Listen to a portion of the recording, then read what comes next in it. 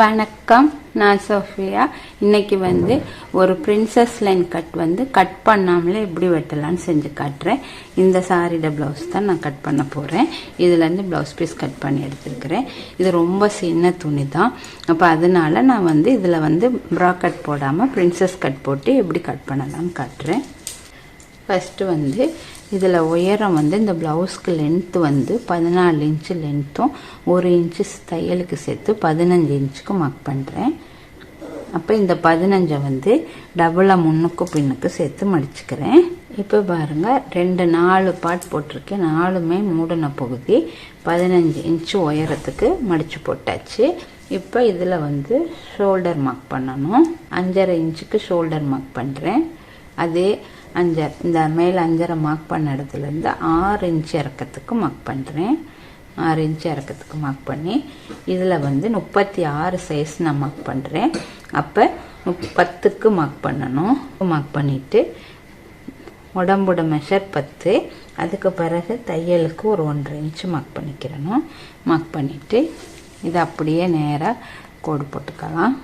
கோடு போட்டுட்டு இப்போ இந்த இடத்துல இருந்து மிட் பாயிண்ட் பார்த்துக்கிறணும். 6க்குனா 3 இன்ச்சு மிட் பாயிண்ட் பார்த்துட்டு இந்த இடத்துல இந்த ரவுண்ட் ஷேப் கொடுக்கணும். வளைவு. இப்போ இதுதான் நம்மளுக்கு ஆம் ரவுண்டு. இதோட சேர்த்து விட்டுக்கிறணும். இப்போ நெக் மார்க் பண்ணணும். இப்போ 2.5 இன்ச்சுக்கு மார்க் பண்ணியாச்சு. நெக் மார்க்கு பண்ணிவிட்டு ஃப்ரண்ட் கழுத்துக்கு 6.5 இன்ச்சு மார்க் பண்ணுறேன். இதுவும் ஷேப் கொடுக்க இப்படி சீடி வச்சுட்டு ஷேப் கொடுத்தாச்சு.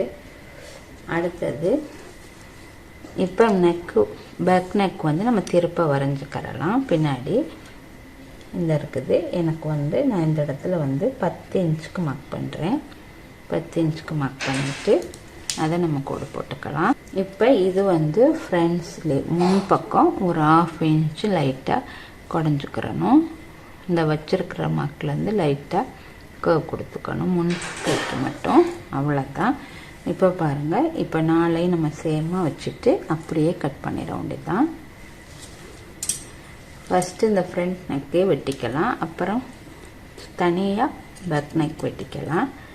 ஷோல்டரையும் பிரித்து விட்டுக்கலாம்.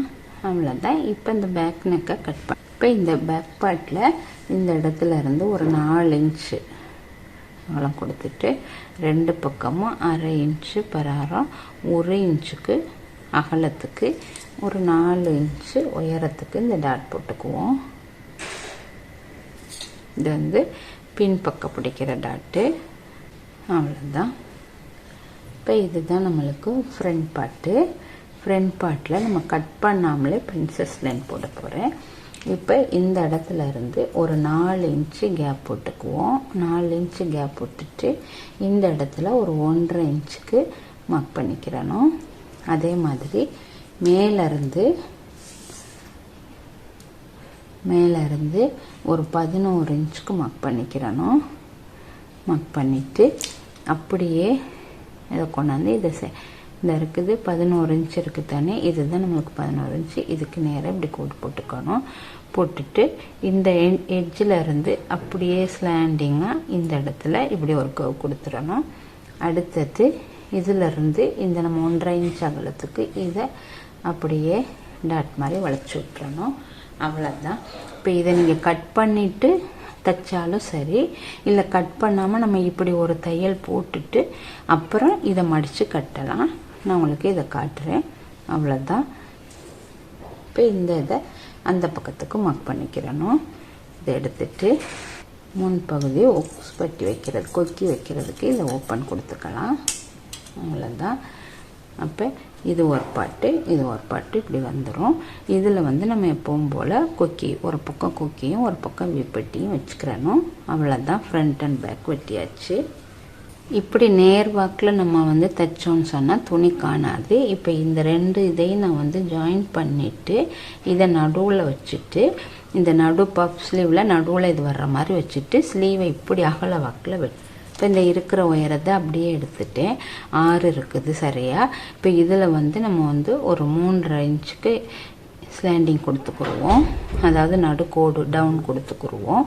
இதிலேருந்து மேலேருந்து அப்படியே ஒரு கர்வ் கொடுத்து இதை அப்படியே கொண்டாந்து இதில் சேர்த்துடணும். இதில் வந்து நீங்கள் அப்படியே சுருக்கு ஃப்ளீட்ஸ் எல்லாம் அப்படி வச்ச பிறகு ஃபைனலாக நம்மளுக்கு வந்து அடி அகலம் 6. இப்போ இந்த இடமெல்லாம் சுருங்கிடுச்சுன்னா இந்த 6 தையலுக்கு 1.5 இன்ச்சு சேர்த்து இது அப்படி ஃபுல்லாகவே நான் எடுத்துருக்கிறேன். அவ்வளோதான். இது ரெண்டையும் இப்படி ஜாயின் பண்ணிவிட்டு இதை மடித்து தைச்சிட்டு இதை நம்ம சுருக்கிட்டு தைச்சோன்னு சொன்னால் அழகாக பஃப் ஸ்லீவ் வந்துடும். அது மாதிரி தான் ஸ்லீவ் இது தைச்சி முடித்த பிறகு அந்த ஷேப்பை வந்து சுருக்கு வச்ச பிறகு நம்ம ஷேப் கொடுத்துக்கலாம். அவ்வளோதான்.